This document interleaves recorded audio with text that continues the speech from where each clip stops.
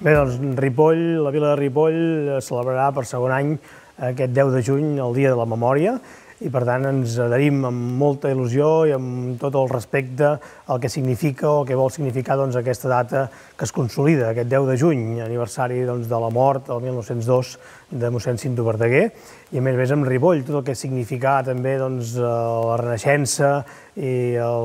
quan mossèn Cinto Verdaguer fou nomenat poeta de Catalunya, aquí amb motiu dels actes de reinauguració d'aquest monestir de Ripoll en plena Renaixença, en plena reconstrucció del que era en aquells moments un símbol de la pàtria i que continua sent avui dia. Des de Ripoll, bressol de Catalunya, continuem tenint aquesta ambició de ser un dels símbols principals del nostre país i per tant rememorar, recordar, vestir el futur i el present recolzats sobre aquesta important base històrica i totes aquelles personalitats, persones anònimes i personalitats conegudes que han fet possible aquest nostre present i que ens ajuden, com dèiem, a treballar, a vestir un futur millor. Per tant, recordar en aquest Dia de la Memòria tota aquesta història llarguíssima del nostre país i amb el significat que té Ripoll com a bressol de Catalunya en aquesta història, és un goig, un honor, una il·lusió des de Ripoll sumar-nos en aquesta iniciativa que evidentment recolzem amb tota la nostra força i amb tota la nostra il·lusió.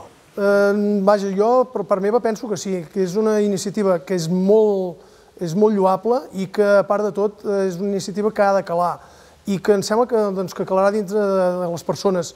perquè és molt honorat això de poder valorar totes les persones que, havent passat nostre, han donat un valor al nostre país i han donat un significat a la nostra cultura. De pensar que, a veure, la cultura és, al fil del cap, és l'expressió del poble, però la memòria és l'essència del poble. Per tant, sense memòria no hi ha cultura. Aquest any es farà, a diferència de l'any passat, en què es va fer un recital de poemes cantats, aquest any el que farem serà un recital de poemes dels principals autors catalans que hi hagin hagut. I després es farà una repicada de campanes en honor a aquest Dia de la Memòria, tal com es va fer ja l'any passat. Ens sembla que el caure en un dia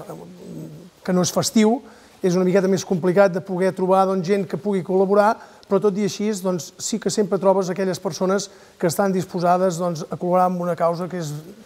sinònim d'avançament del nostre país. Sí, bé, la parròquia de Ripoll en aquests moments és bastant extensa perquè abarca una sèrie de pobles veïnals que no tenen mossèn propi. Llavors ens abarca des de Borredà, passant cap a la banda de les Llosses, cap a la banda de Gombrèn, Can de Bànol, és bastant extensa. Després totes aquestes parròquies, diguem-ne, que depenen de Ripoll, totes se sumen directament ja a la iniciativa de fer aquest repic de campanes en el Dia de la Memòria.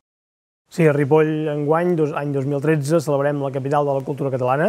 i per tant encara amb més motiu el missatge que volem llançar des d'aquí és un missatge també que el futur de les nacions es vesteixen també a través de la cultura i gràcies a la cultura. I una mica en paraules del conseller Mascarell pronunciades aquí a Ripoll, en el monestir de Ripoll, un país, una nació que pretén ser lliure ha de ser culte i per tant des de Ripoll aquest any hem treballat una mica per ser més lliures, per fer un país una mica més lliure, recolzats sobre la base de difondre la cultura catalana, la nostra cultura d'est a oest, de nord a sud, de tot el que són els països catalans.